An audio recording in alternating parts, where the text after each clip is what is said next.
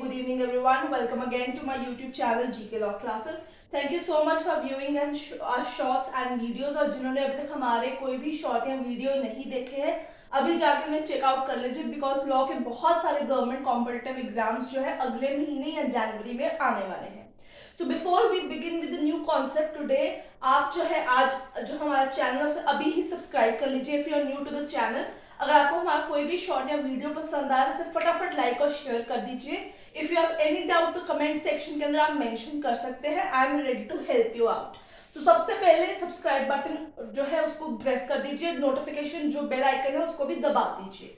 तो आइए शुरू करते हैं आज एक नया टॉपिक हमारे जीके लॉ क्लासेस के अंदर, दैट इज जूरिस्प्रूडेंस. अब जूरिस्प्रूडेंस जो सब्जेक्ट है it is a very fearful kind of a subject, क्योंकि यूजुअली जब भी कोई स्टूडेंट अपने यूजी या पीजी एग्जाम्स या उनके सेमेस्टर्स के दौरान क्या होता है, यूजुअली इसी सब्जेक्ट से सबसे डरता है.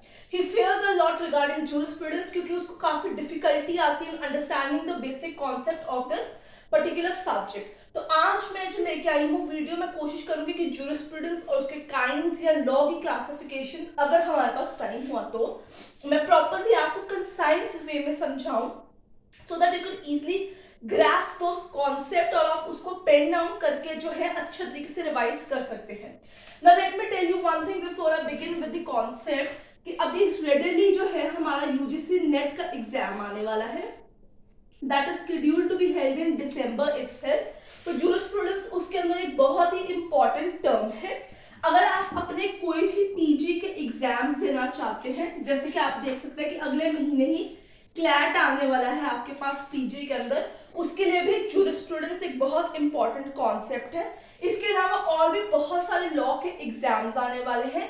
अगर आप जुडिशरी की तैयारी भी कर रहे हैं, आई रिपीट, अगर आप जुडिशरी की भी तैयारी कर रहे हैं, चाहे आपके मेंस या प्रीलिम्स के अंदर ये रेडिली पार्ट ना हो, बट इस कॉन्सेप्ट का एक थरो नॉलेज होना आपको बहुत जरूरी है, क्योंकि रिसर्च आगे पीएचडी वगैरह के लिए भी ये सब चीजें बहुत ज्यादा अनिवार्य है कि आपको इस टॉपिक के रिगार्डिंग एक प्रॉपर जो है इंफॉर्मेशन हो, क्लैरिटी हो.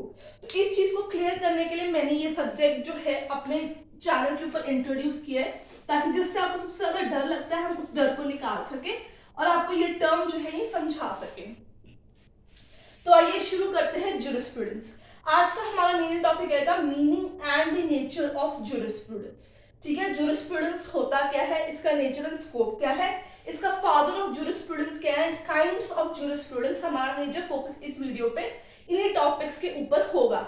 सो अपना रजिस्टर और पेन रेडी कर लीजिए, चैनल को सब्सक्राइब कर लीजिए और साथ में हमारा लाइक बटन अभी ही दबा दीजिए. तो आइए शुरू करते हैं. What does the word jurisprudence means? Now what does the word jurisprudence means? Now jurisprudence is a kind of a thing which is very broad in instance. ठीक है, ये बहुत ही broad है अपने टर्म के अंदर.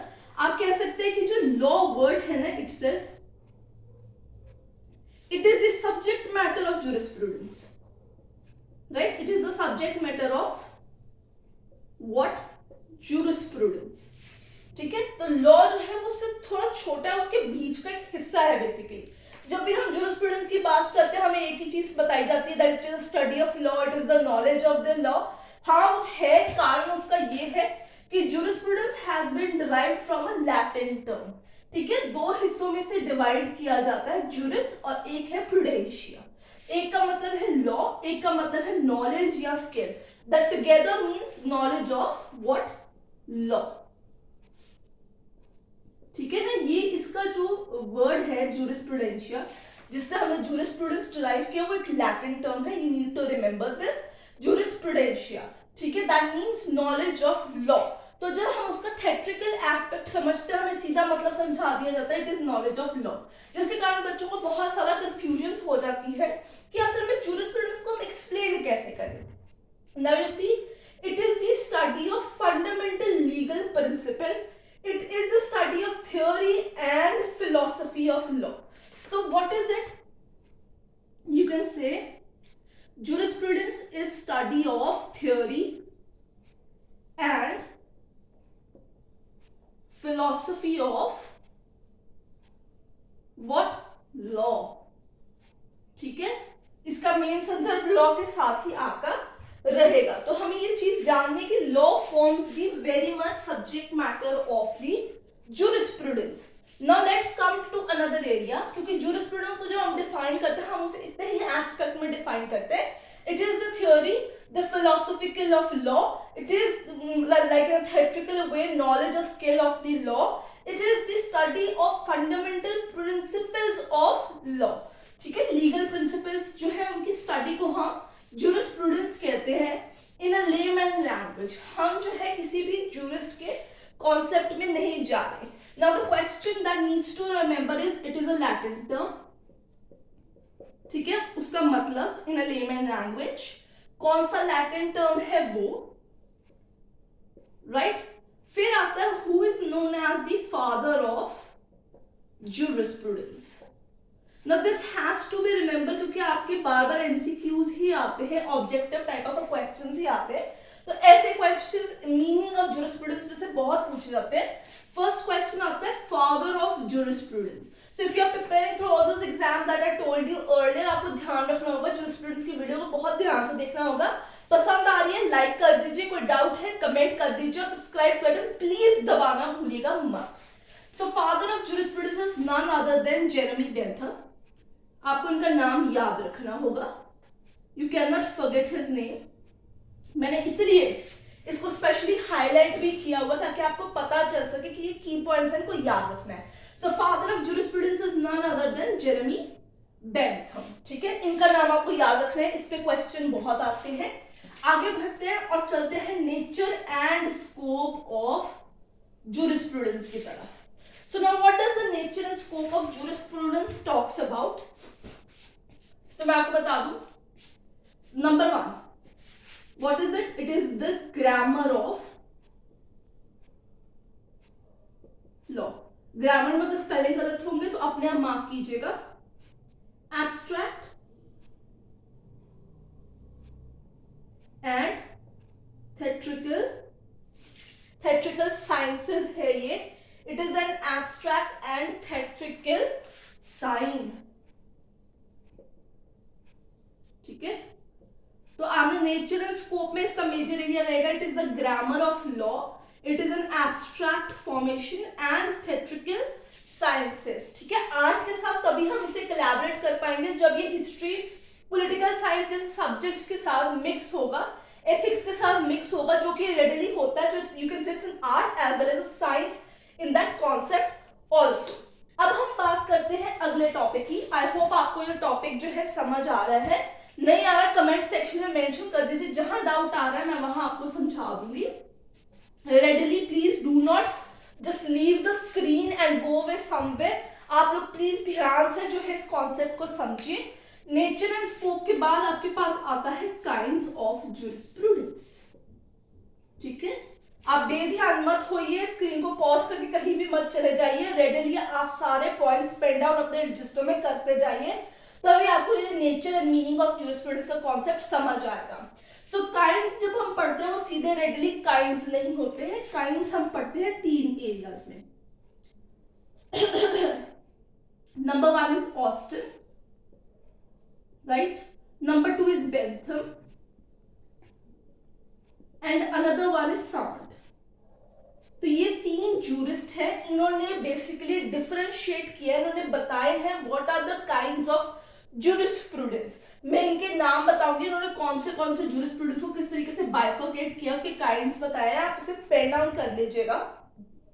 ठीक है, आपको याद रखना है एग्जाम के अंदर बहुत बार पूछा जाता है कि सामर ने, बेंथम ने, ऑस्टिन ने कितने काइंड ऑफ jurisprudence जो है एक्सप्लेन किया है, कौन सा पॉइंट लाइक कितने नंबर है इन टोटल और कौन से पॉइंट्स है.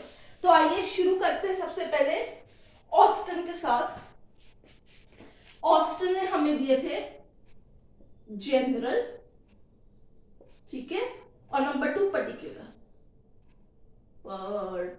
या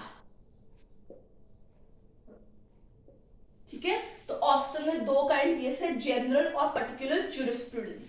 बेंथम की बात करते हैं ना, तो इससे भी 2 प्रकार के ही jurisprudence हमें दिए हुए हैं,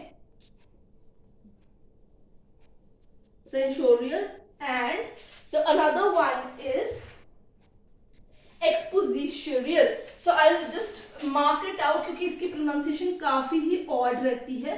तो आप अगर स्पेलिंग्स भी याद कर लेंगे तो एक्सपोजिटोरियल, ठीक है।